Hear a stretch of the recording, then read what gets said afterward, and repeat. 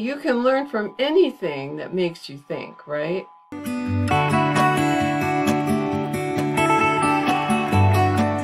Welcome to another episode of You and Me and Multiple Sclerosis. My name is Pam, and I've been living with multiple sclerosis for almost 38 years now.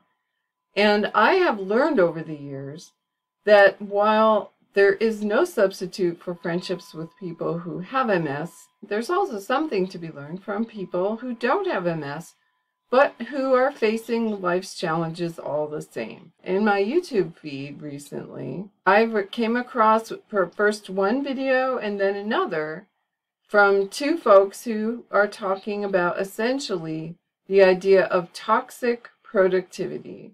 Now, when we think about productivity, that's posited as a good thing, right? And certainly in America, where I live, productivity is almost worshipped, honestly. It's like, get as much done as you can every single day. Make every minute count.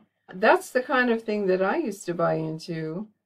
And for much of my working career, I would have classified myself as a workaholic. I was there for 11, 12 hours a day at least, bringing work home with me, checking on my work over the weekend. And I loved my job, and that was kind of my excuse. But can productivity, which starts out as a good thing, tip over into what we call toxic productivity? Well, today I wanted to play some clips from a couple of the videos that I've been looking at. The first one is from a young man who has ADHD, attention deficit hyperactivity disorder. He has a very interesting take on how his brain responds to the concept of productivity, the traditional, or what he calls the neurotypical way productivity is defined. And he's got some different ways of coping with that. I found it more applicable to my situation with multiple sclerosis than I would have thought possible. These systems would always end up falling apart, and I never really knew why. The problem is I couldn't trust my own brain. And I think that really comes down to these three major flaws in neurotypical productivity. The first one is motivation, and this one really is huge. And that's that neurotypicals are motivated by importance and rewards and consequences. And these really aren't motivating in the same way for people with ADHD. If you tell us there's a big reward at the end of the road, that doesn't really give us any motivation at the beginning to get started. Even if you increase that reward, the reward could keep getting bigger, and it really doesn't bring the motivation that we need to get going. The second major flaw in neurotypical productivity systems are distractions and shiny objects.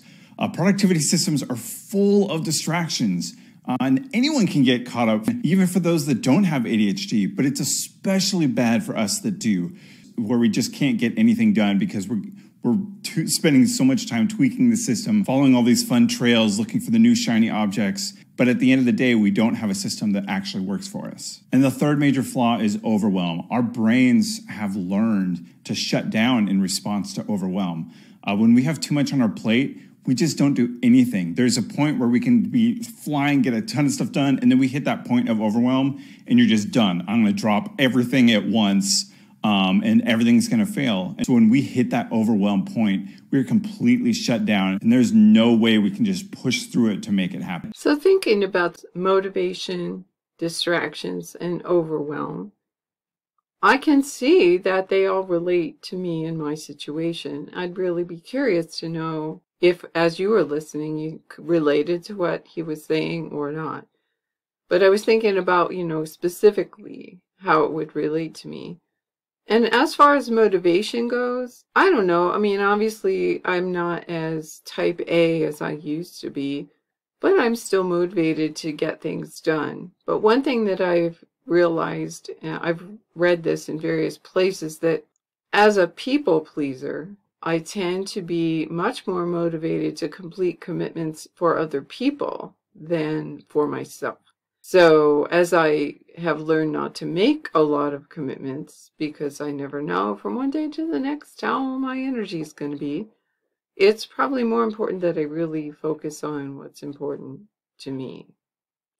And then as far as distractions goes, yeah, I totally get it. Way more distractible than I used to be.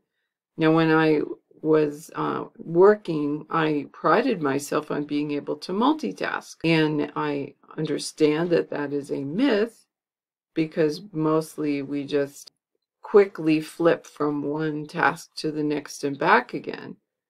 And okay, so I used to be able to do that really well, but I cannot really do that anymore. If there's more than one thing going on at a time, I really cannot attend to that the way I used to. On a good day, maybe I can do a couple, but mostly no. So I'm with him on the distractible stuff. And then finally, overwhelm. Yeah.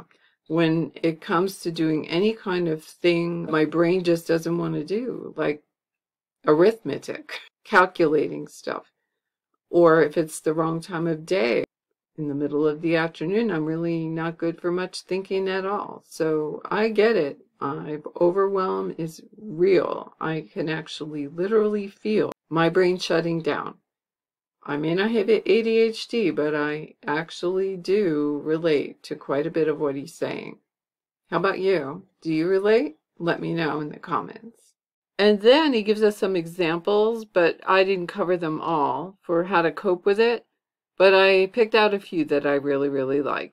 This is actually one of my favorite examples of neurotypical productivity advice that doesn't really work for most people with ADHD. It comes from a Mark Twain quote that says, if it's your job to eat a frog, it's best to do it first thing in the morning. And people have taken this, and the idea is that the frog is that really ugly, that task you don't want to do, that difficult thing. The advice goes, take that thing and do it first thing in the morning and get it out of the way. And then the rest of your day will be so much easier. Another popular neurotypical productivity tip is to take a big project and break it into all of its individual steps. And then you can see what the tasks are that you need to do to get it done. I like these two examples because they really both relate to tackling unpleasant tasks or tasks that could be maybe overwhelming. And they go together in the sense that if you aren't motivated to do them, you have to find a way to do it. But I found that mental tasks are things that I can't chunk down. Physical tasks, certainly, but not mental tasks. It's too hard to regain the momentum that you lost if you stop with a mental task. Although certainly physical tasks, I often take breaks in between getting them done.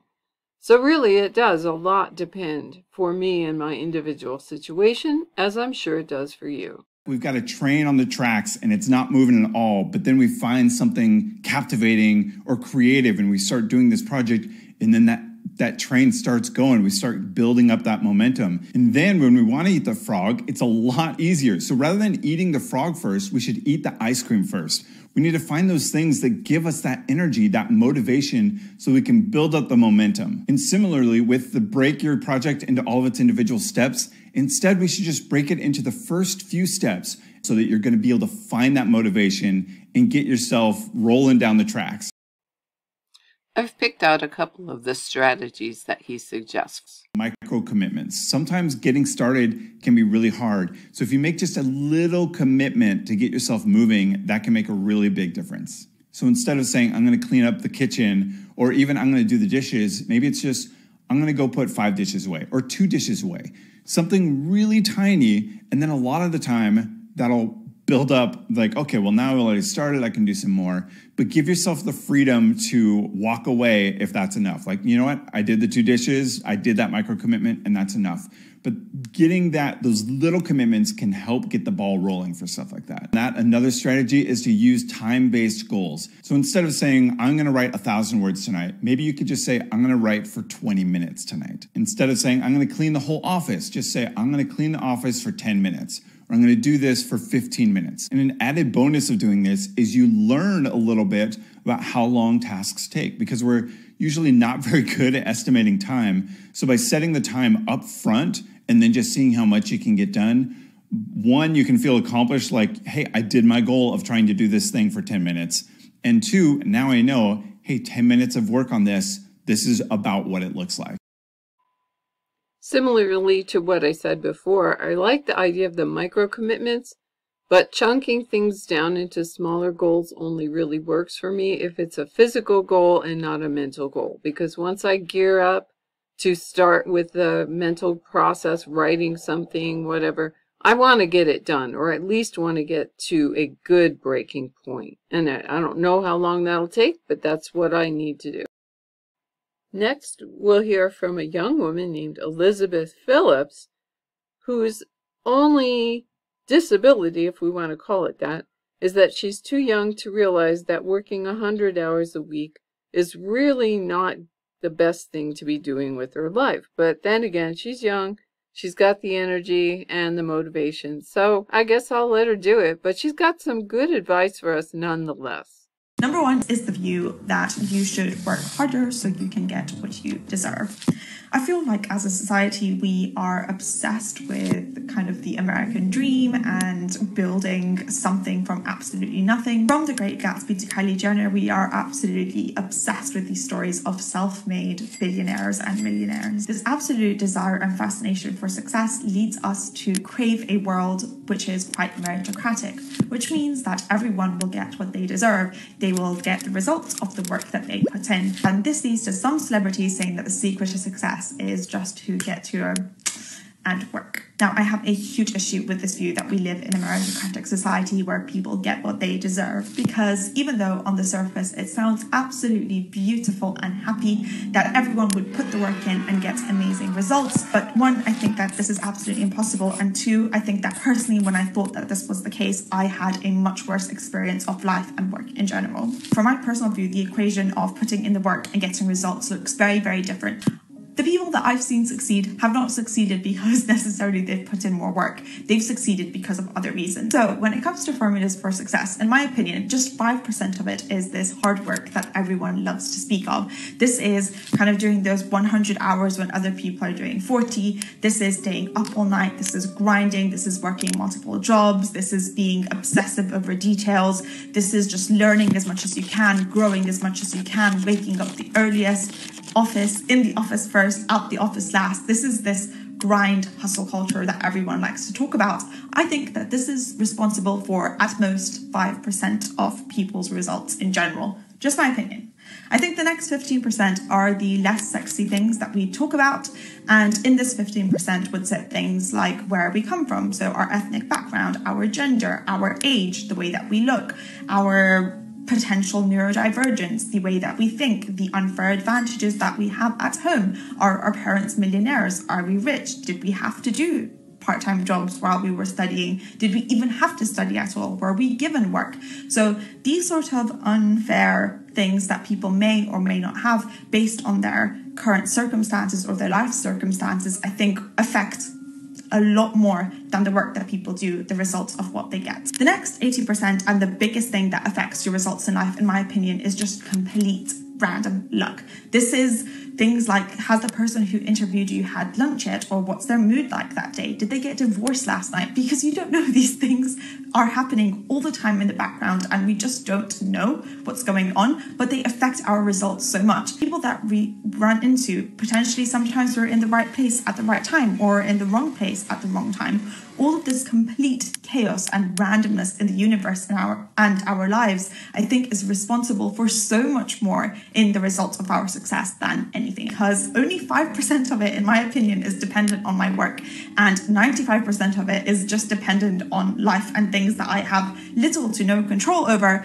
That means that I can be a lot more humble and a lot more kind of calm whenever I get something nice. Certainly, why does no one just mention luck? Luck is just such a huge thing. Where you're born, who you're born to, what happens to you in your life, what kind of neural connections you get, what environment you have, the emotional, intellectual, financial support that you get throughout the life. All of these luck factors set you up for so much that we just completely neglect, and we blame everything on ourselves, or we attribute all our results to ourselves, when this is definitely not the case. And now we're moving on to point number 2, which is the view of you need thick skin in order to succeed in life, or in order to make it your way through life. I I don't think this is true. I don't think having thick skin is a good thing. I think it's actually really, really bad. Because if we break it down, essentially what having thick skin means is that people can say bad things to you, or bad things can happen in your life, and you just don't let it go through. You just completely avoid it because you are so strong that you don't need this. Nothing will penetrate. This is, I think, completely impossible and not the right attitude to have, because it doesn't address at all your internal world. Instead of having thick skin, I think you should actually have quite soft skin, but you should have a very strong core. Having a strong core means having strong self-beliefs and a strong support system internally and potentially externally to help you navigate life, rather than trying to avoid things or deflect things that just don't suit your worldview. So, for example, if someone were to bully me or tell me that, oh, Elizabeth, you're so ugly, or you're so nerdy, or you're so boring, in the past, this might have generally affected me a lot. And I don't think this was because I didn't have thick skin. I think this was because I just had a very bad internal world, and I strongly believed those things myself. So once they got through, they would completely take over, and I would have really bad reactions to this, which would be, I would be super depressed, or I would cry, or I would break down, or it would greatly affect my life for a month or something like this. But at the time, I was completely not addressing these internal feelings. I was trying to shut everything off and say, the world sometimes says these things, they're not true, I just need to ignore them and move forward. This is a very bad attitude to have. I think the reason that these were affecting me was not because I was listening to them or letting them get through, was because they were reaffirming a belief that I had myself. So rather than working on my thick skin and ignoring people, I should have been working at the time on my internal state. And the recommendation that I would give now is to kind of sit with that pain internally and fully lean into it. Reflect on, what is this triggering in me? What am I believing? Do I actually believe that I am unworthy and unlovable and ugly and awful? Do I actually believe these things? Because if I do, I need to address those. I don't need to start ignoring them, because those beliefs will always remain there unless they're addressed. Even if we don't consciously do things, we will live our life in a way that affirms these beliefs if we internally do. I think the most healing and curing thing that I've done in my life is not build a thick skin, which I did have at some point, but build a stronger core and surround myself with people who I love, with people who genuinely care for me, with people who I can see show me that I am a worthy person. And that has helped me and cured me so much more than ignoring my problems, because no matter how much you ignore, one day something will get through, and if you don't have that strong core, you're not going to be able to deal with it. So this view of focusing mostly on your inner beliefs and your core self, I think, is a much healthier way to approach life and leads to much happier results in the long term. So what did you think? Did you get anything out of that was useful to you, or did you recognize yourself in any of the ideas or comments that Jesse Anderson and Elizabeth Phillips made? I found that pretty interesting, and I hope you did too. And if you're wondering why I'm wearing 2 different shirts over the course of the video, it's of course because it took 2 days, and the reason it took 2 days partly is because there's so much glare on my glasses for some reason, and I've been trying different window shade positions to see if that would help, but it doesn't seem to, so I apologize. At any rate, do leave me a comment about today's video, and if you want any other topics covered, please let me know that too. In the meantime, take really good care of yourself, and I'll see you again in my next video.